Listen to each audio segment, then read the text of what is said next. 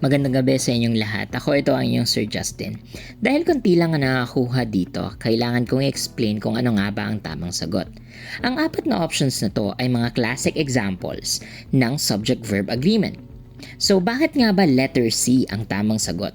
Sa statement na the committee along with the members is meeting today, ang subject dito ay ang committee at ang verb ay is. Kaya ang verb na is ay mag-a-agree sa singular na subject na committee. Tatandaan nyo na ang phrase na along with the members ay panggulo lang.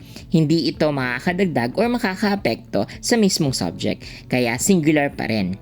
So kaya ganun lang po yun. Kaya ganun lang kadali. So letter C po ang tamang sagot. Bakit nga ba hindi ang other options? Sa letter A, ang subject po ay ang each, hindi po boys. So dapat imbes na have, dapat has. Each of the boys has finished their homework. Sa letter B naman, neither the teachers nor the principal were present.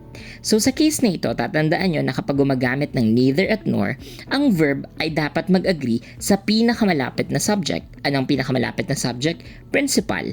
Kaya dapat was, hindi were. So neither the teachers nor the principal was present. Sa letter D naman, the number of participants are increasing every year. In general, kapag ginagamit natin ang word na the number, dapat ang verb natin ay parating singular kasi ang subject nito ay ang the number. So the number of participants is increasing every year. Magiging plural ito kapag ginamit natin ay a number of participants are increasing every year. Okay? So, I hope may natutuhan kayo ngayon. Magandang gabi at salamat!